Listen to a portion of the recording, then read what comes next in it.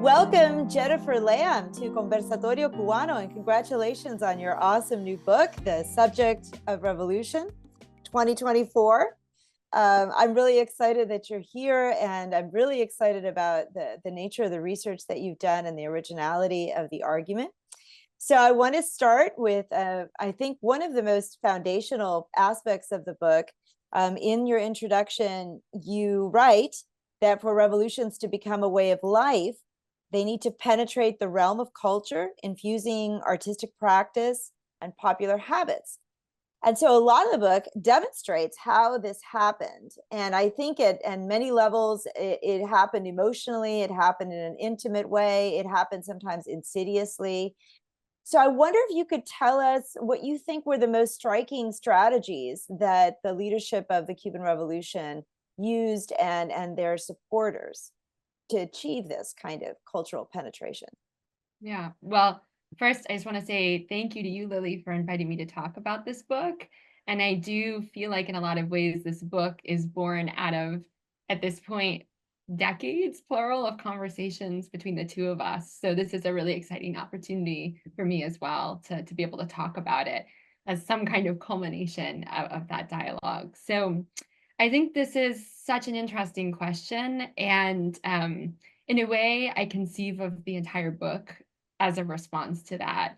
I think coming into the project, I was interested in trying to answer some of the big questions in a way that didn't presume a unitary answer, that it was a kind of accumulation of processes, people, mediums, which is something that the book is deeply interested in, that together added up to a process that I think can only be described as political saturation. And here I'm building on your work and even harkening back to Richard Fagan's work so many decades ago to think about how a new political culture is built. And in reading and rereading his work, I was struck by the degree to which he really did focus on process and processes. And revolutionary process is a term that I use a lot in the book that I know editors don't like, but I can't think of a better way to describe that amalgamation of different forms of outreach, mediums, and all of the people pulled into them. So to be a little bit more concrete, I think one of the things that the book is trying to do is think about translation. So how you take ideas, some domestic, some imported, most lying somewhere in between, and make them legible in Cuban terms and in popular terms. And it does turn in many chapters to actual mediums to explain that process. This is very much a how book. You know, how do you take a new revolutionary vocabulary and make it into embodied reality? And so whether in the written press or on TV, the radio, in popular dance and music and theater, those are just some of the kind of literal mediums. But I think the book is also really interested in concepts and paradigms. So, you know, there are these international debates raging at the time that the Cuban Revolution explodes onto the stage around what is freedom of expression? What is freedom of movement? How do you achieve socialist transition? And the Cuban Revolution sort of becomes this perfect crucible, a very imperfect crucible in other ways for working out all of these questions, often channeled through those mediums. And I argue in the book that popular culture is at the center of that process, in part because I think popular culture has gotten so little attention in explorations of revolutionary political culture, which again always struck me as kind of strange. People are talking about the people and the popular left and right, whether our historical actors or us as historians. And we've mostly been content to leave that term, the people, popular, untouched. And so I think of the book as a running effort to populate that category, to actually bring subjects of the revolution into our analytical frame, while acknowledging from the start that doing so means you will not reach a kind of uniform body of people, that this is a necessarily heterogeneous group of people, just like the construct they contribute to the subject of revolution is in its own ways internally contradictory and cacophonous. And so rather than a unidirectional process, the government comes up with an idea, it transmits the idea, people accept the idea. or even a bi-directional process. The government comes up with an idea, the people respond to the idea. I was also really interested in relays, these kind of epistemological relays through which new ideas, concepts, and categories are going round and around. And there is a kind of dialectic quality to it. They're transformed every time another subject of the revolution touches them. So for example, in chapter 2, I look to radio less to understand, although it is very interesting to learn, the kinds of messages that both the US government and the Cuban government are broadcasting as a way to foment the feeling and experience of solidarity with their respective causes. But the chapter really focuses on the letters that people all over the Americas wrote in response to those broadcasts, which were in turn rebroadcast again. So there's this kind of constant performance of solidarity that depends on all of those contributions, even as it often narrows their meanings or homogenizes their meanings. But then there are a lot of messages that come out of that relay that can't be homogenized or incorporated. So I looked for example, at the radio show of a very famous doctor, it turns out, based in Miami, who had these letters coming to him from Cuban listeners, and he was often framing his informational broadcasts in terms of the kind of political vocabulary and concepts of the day. And they would write back and be like, hey, I think you know my cousin. Do you think you can send me this? Do you think you could send me that? And even the tone I just thought was so interesting and revelatory. And so those were the kinds of things I was trying to get at. What were the messages and messaging that, of course, contributed to the process of political saturation? In a way, they all did. They all inhabited and contributed to the construction of the subject revolution. But also, what were those messages that never quite fit cleanly anywhere? And what does that tell us in turn about the very heterogeneity of the subject of revolution, capital S, capital R, as experienced and imagined by its subjects? So one of the things that I loved about the book is that you argue and show how Cubans were both spectators and then also protagonists, because they felt like they were protagonists, whether they were or not real power players in the consolidation of the state under Fidel Castro or policymaking. And that was particularly true at the beginning. So chapter 2 has this wonderful section to it that's about what you call TV Fidel. And I wonder if you could explain to us what TV Fidel was and what you think the impact of it was. Yeah, I think that's absolutely right. In some ways, TV is the perfect encapsulation of the goals of the book. And precisely with respect to the dynamic you've identified, there's a presumption that leaders go on TV, they broadcast their messages, and they are received passively by audiences. And this becomes, in some ways, a perfect metaphor for the often, in terms of their kind of political affiliation, quite different, and yet when it comes to the implications, utterly the same interpretations of how revolutionary process works. Again, unidirectional. Things flow from the top to the bottom, and that's the end of the story. And in a way, this chapter, like so many others, comes out of my subjective experience of knowing that's not the case, of walking down a street in Havana at night, and from house to house to house, you hear exactly the same thing on TV, but know that what's going on within that domestic scene is so different from house to house. And some they're yelling at the TV, and others it's just the background while they're cooking or doing their things. And that very fact that TV becomes this essential backdrop to the life of almost all Cubans is one of the points of the chapter. And I argue that is a result of deliberate government policy. When the revolution happens, Cuba has this highly developed media landscape, and the numbers when it comes to TV are totally startling, like second highest in terms of per capita TV ownership, second only to the United States. That's wild if you think about that. On the other hand, and there are obvious limits to that, more TVs in Havana than anywhere else. This is skewed along lines of class and region.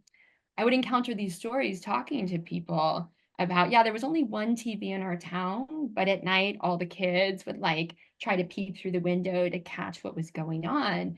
And I think this is very much a relic or an inheritance from the early 1960s when Fidel Castro makes the very intentional decision to use TV as a way to persuade. And this is how he frames what he's doing. And he's quite clear that people he's trying to reach are those disaffected habaneros who aren't being immediately swept up in revolutionary process. But he ends up reaching almost everyone.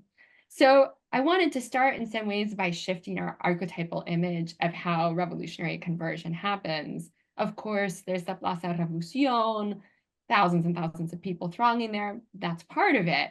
But I think the flip side or the counterpart is a family sitting around a TV for hours and hours and hours because these presentations, appearances went on for hours and hours and hours, reacting to, inhabiting, sometimes ignoring, sometimes mocking what was being presented to them on TV.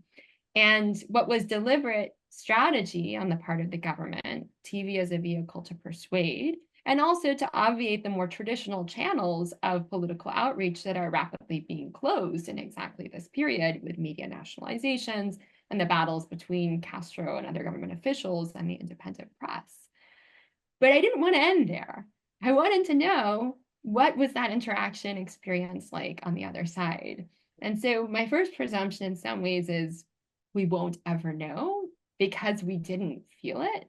And yet we do know TV politics because we also inhabit a present day context informed by TV politics.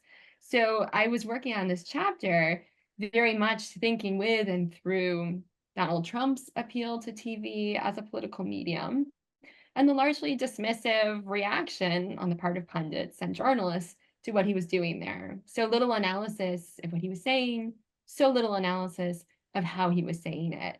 And I saw an obvious congruence there with the ways that scholars of Cuba and observers of Cuba have long talked about charisma. And so the other object of this chapter was to deconstruct this category, charisma. What do we mean when we talk about charisma? And one of the arguments is that charisma and TV go hand in hand here, that what we're talking about, charisma, could be described instead in terms of flow, in terms of reality TV, the televisual effect of Fidel Castro, but also the ways in which audiences responded to and felt as they were watching government being transacted or the performance of government being transacted on TV. So the chapter looks to moments in which, a live studio audience is responding to what's happening on screen, letters and telegrams being sent in response to Castro's TV appearances. But it also very much relies on my own subjective experience of watching TV in Cuba and kind of thinking through with people what is happening in that moment. And there's an obvious reference here, which is the kind of return of TV Fidel during the special period in the form of the Mesa Redonda. And so there's two kind of neat bookends that I don't engage in as much in this chapter, but I do a bit more in the article form to think through again the obvious intentionality of those appearances from the government side, but the very diverse reactions and receptions they engendered. So thanks to you, I was able to capture that through a kind of juxtaposition of images in the book. The first is a political cartoon that was printed in Revolución that depicts a family actually sprouting Castro's beard as they watch him on TV. This like quite literal encapsulation of revolutionary identification. You watch Fidel on TV, you feel like Fidel, you feel through Fidel, you almost turn into Fidel. And on the other hand, this great picture of an audience that you kindly provided to me from the Andrew St. George collection, where you see that like audiences are kind of an unruly place to be and inhabit, that people are having lots of different kinds of reactions to what's going. Some are utterly engrossed. There's one guy who looks like he's on a totally other planet in terms of what he's thinking about. And even to think about the sociability of and the social forms of being in the audience, whether that's happening within one's domestic space with your family or happening in public with other people. I just think it points to the myriad ways in which TV Fidel could be felt and interpreted on the part of the audience. I really thought too, as I was reading that chapter, that the pool of persuasion in which the Cuban people are resting serves effectively as a kind of opportunity to diminish the role of violence in in the everyday activities of the state. Certainly the screen of persuasion served as a screen for intimidation, so it, the notion that you would always have to be in some way self-referencing, with the self being yourself, but also somehow being the revolution. That seems to be sort of an axis of daily experience, especially in these early months when Fidel was also on radio. He was, he had this Universidad Popular. I realize that's not part of your story, but it is striking that he was also on radio and he had these kind of educational shows. So the inescapability of Fidel, all of that is wonderful and a central part of that argument. I also think that you point to the fact that reality TV has an origin, and there is an origin in this policymaking in real time that you show through your examples. Turning to the role of voluntary labor in the process and experience of several generations of Cubans. You cover the 60s through the 80s, really, with regard to that theme and that subject.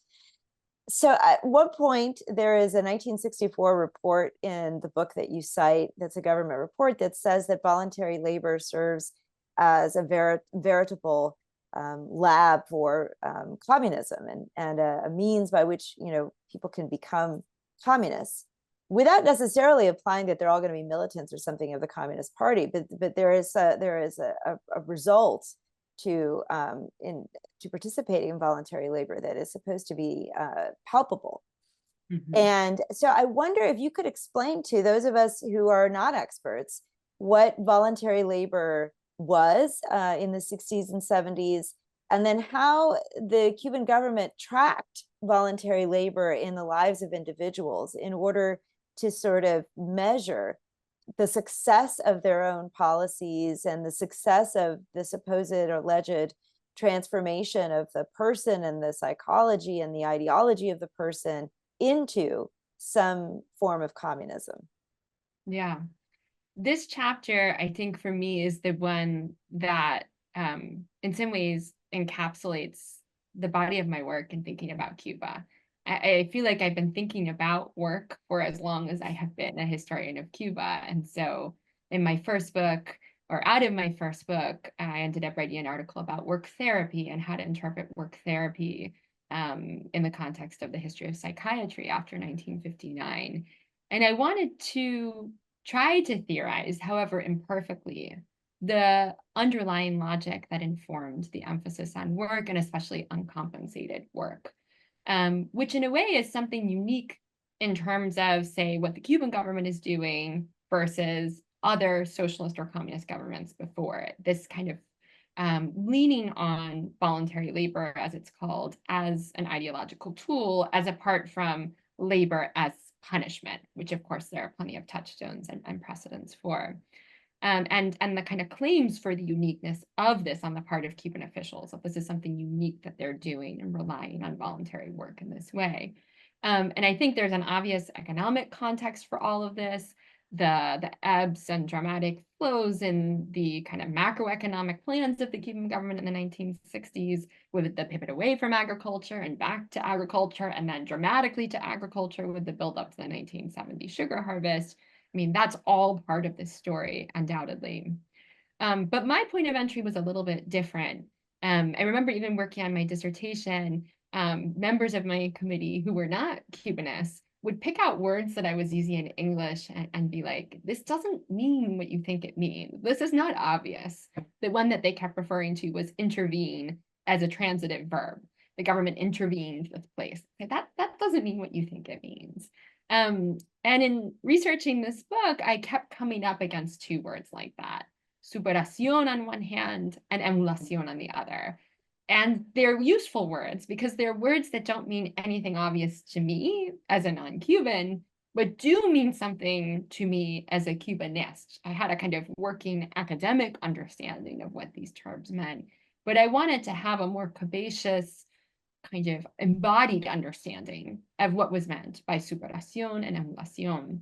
And the more I got into both of them, I realized the terms had quite a lot to do with each other, because both were incorporated into revolutionary process in the spirit of hastening progress to communism. They were very much born of that 1960s moment, and yet in both cases relied on pre-1959 touchstones and precedents. So superación in some ways is almost a euphemism. It can mean almost anything at all.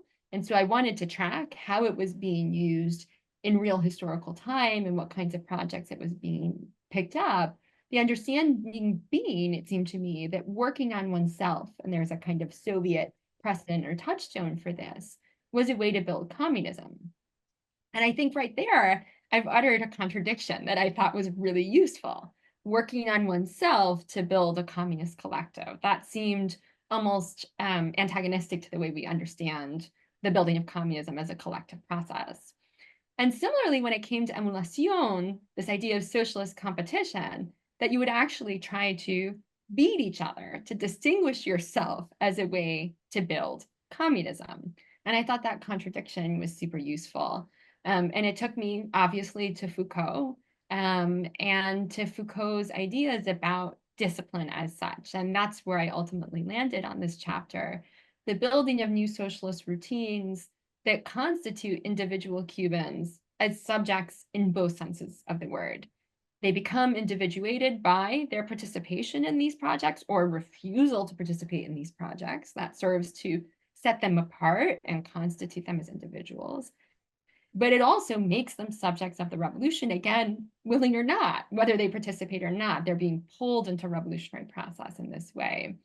And the argument of the chapter is that this is achieved through a kind of conflation of culture and work, an effort to make culture more like work and work effectively part of Cuban culture, and specifically productive work, to narrow the divide between manual labor and mental labor as it was framed.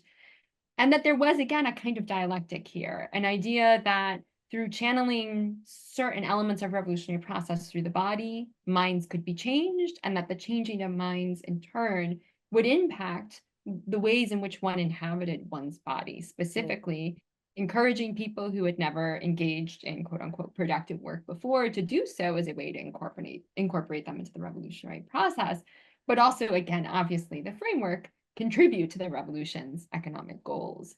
And so the chapter with respect to work tries to trace how that happens over the course of the many different programs of emulación that the government drafts in the 1960s. First, not really having material incentives, then reincorporating material incentives, then, of course, as the economic project radicalizes in Guevara's terms, marginalizing material incentives again. An emphasis on vanguard workers, on the movimiento de avanzada, the moment in which kind of political integration and integration into a kind of labor elite, performance of these kind of labor goals becomes one and the same. It marks you as an exemplary revolutionary subject to labor in this way on behalf of the revolution. And the end point, I think, goes back to the term emulación itself, which I knew by the 1970s was kind of everywhere, whereas 2 decades ago, it was nowhere. Only the PSP was using the term in reference to the Soviet Union. And so how does that happen? How does something that means almost nothing at all to Cubans before 1959 become a term that is so obvious in a way that you can use it to refer to almost anything?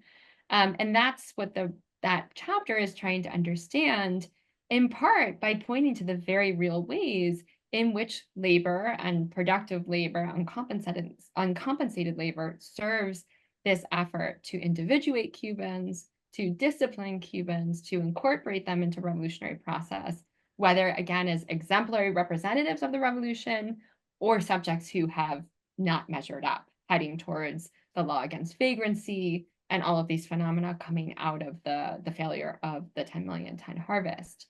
But the other bookend is knowing that just a couple of years after that, it's the year of emulación. And this in spite of the fact that both the government and people who are tracking government economic policy seem to agree that emulación has failed, that it never produces that communist subject that the program was originally implemented in the service of. And this is another place where I wanted to separate government policy from popular effects, to know that at a certain point in time, emulación means something obvious, not because all Cubans have turned into ideal communist subjects or the opposite of that, but rather because emulación has come to take up a lot of their time, that they spend a lot of time in the pursuit of emulación. And I end that portion of the chapter recounting a conversation I had with someone who came of age in it professionally in the 1970s, who remembered kind of peering in on the meeting of the Emulation Commission at her work. And I just asked her, I was like, well, how did you feel about emulación? Like, what did it mean to you? Was it a good thing or a bad thing? And her response was, well, it just was. It just was. And that for me, again, that was what I was looking for, to understand the epistemological effects of government programs, how they become incorporated into daily life, even if, and maybe especially when, they don't ever seem to achieve the goals the government had set out on. Yes. So when I finished the book, and I think a lot of us will have that experience when we read it, I got a very a much more complex understanding of why you had chosen to title it The Subject of Revolution. And so very eloquently, I think in your conclusion, you write that the traction of communist rule in Cuba, the resilience really of the state, may have a lot less to do with either ideological affiliation or the appeal of the leadership, and more to do with the production of knowledge, with its transmission, and with access to it. And yet, you are not making a simple case at all for censorship being the primary tool, or the primary story. And propaganda, even though one can say it's obviously a big component of a lot of the strategies implemented by the state, it's also not the primary tool. It's not the primary theme that you're looking at when you talk about the production of knowledge and access to it and the epistemologies that result over the course of time. So I wonder if you could comment a bit on that and tell us, if you're not talking about censorship and propaganda and people not having access to information, then what is the something deeper that you're talking about? Yeah. I mean, in a way, I wanted to write a book in which censorship and propaganda were the starting and not the end point of my analysis. I didn't want to presume that censorship meant what we thought it meant, that it had the effects it was supposed to have. Censorship almost never has the effects that it's supposed to have. Propaganda almost never achieves what it's supposed to do. Right. But I also very much had in mind, and I was even looking back to it in preparation for today, an account that I had read a long time ago of the battles around Western European film in the early 1960s, within the film industry, Alfredo Guevara facing off against others. Should we ban these films? Are they antagonistic somehow to the spirit of the revolution, what the revolution is trying to do? And I had found this account by a correspondent for The Nation, who, had spoken to some American woman who seemed to be well informed, and who told them, like, the Cubans are totally bored by this. None of this matters to them. This is all just, like, happening totally beyond their interest. And then he recounts walking down the street in Havana and coming across a woman doing her militia duty outside a hairdresser. And he hears the woman say, "Oh, angel, you exterminate me. Ay, ángel, tú me exterminas," in reference to one of the films that's being banned, or thought of being banned, The Exterminating Angel. And I just found that so striking. And frankly, I was impressed that he had managed to capture that juxtaposition. On one hand, the public couldn't care less about this, which of course we know is not true. And on the other hand, the way in which that battle had manifested in the realm of popular culture. And just, I think we can all picture that woman standing outside a salon saying, "Ay, ángel, tú me exterminas," and what she meant and what that tells us about the process of political saturation and its unanticipated popular effects.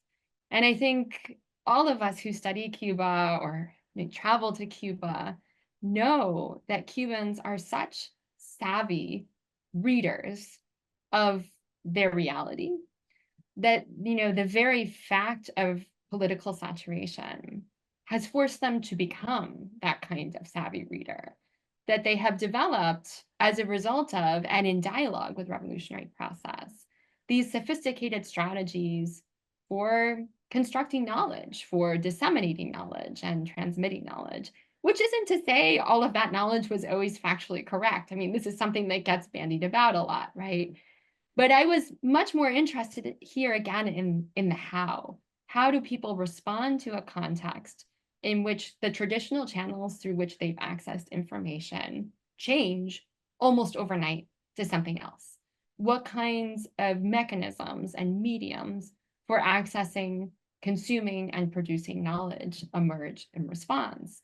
And I think that's what this book is arguing is one of the salient effects of revolutionary process, that it's not necessarily that people came out, definitionally communist or not, or, ideologically committed or not. That's all part of it, repressed or liberated or something in between. I mean, I think all of that is part of the story. But I think the most unifying feature of this process, as I describe it in the book, was the fact that everybody became an epistemological agent in revolution. And claiming that kind of agency that doesn't rely on it necessarily being resistant agency, conformist agency. These are some terms that I think Soviet historians have started to use to try to figure out what is that in-between space that most people most of the time inhabit. But I wanted to claim the epistemological agency in and of itself as analytically relevant and something that could even be historically legible to us. To try to, in some ways, to humanize this process, to populate this process, but also find a framework, this is the middle child in me, to bring people who would agree on nothing else, historically speaking or now, into the same interpretive frame. And that's where I landed, epistemological agency as being a defining feature of living in, of being a subject of revolution. Thank you so much for the wonderful conversation, for the fabulous book. And I really want to recommend it. It was a spectacular read. I read it more than once. Thank you so much, Dr. Lambe. Thank you so much. It was such a pleasure.